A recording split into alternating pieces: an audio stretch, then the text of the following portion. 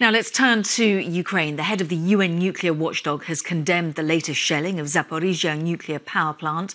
Rafael Grossi said that the attack was another close call, with shells exploding close to the nuclear safety and security systems at the plant.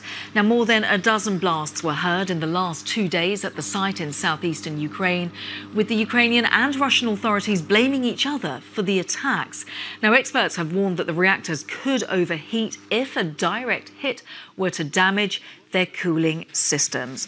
Well, we're going to go live to Kyiv to speak to Petro Котін. Mr. Котін, you're the president of the Ukraine state nuclear power regulator, Energoatom. Can you just bring us up to date with the situation with Zaporizhia nuclear power plant? How bad is the damage in your assessment? Yes, good afternoon. And really, yesterday morning, actually, there were about 12 shelling shots on the territory of Ukrainian captured by Russian nuclear power plant, Zaporizhia nuclear power plant. And this shelling was aimed just to damage equipment which is located on the territory of the plant and which is required for the startup of the unit, first unit number 4 and unit number 5 and unit number 6 on the plant. And actually to start up the unit, it is vital right now for the safety of the plant because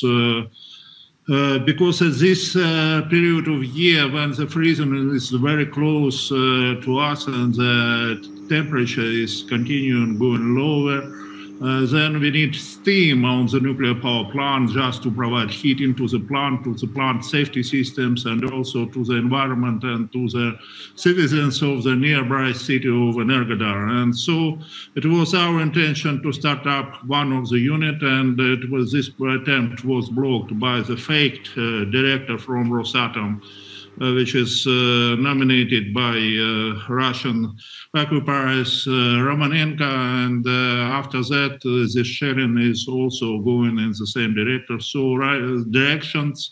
And right now we do not have enough abilities to start up the unit and to get this steam which is required for the safety of the nuclear power plants, because the systems which are needed for that are damaged. Just help us to understand that Rafael Grossi, the UN nuclear watchdog head, is describing this as critical, that the shelling means that Russia is playing with fire. How close are you to potentially an accident taking place at Zaporizhia?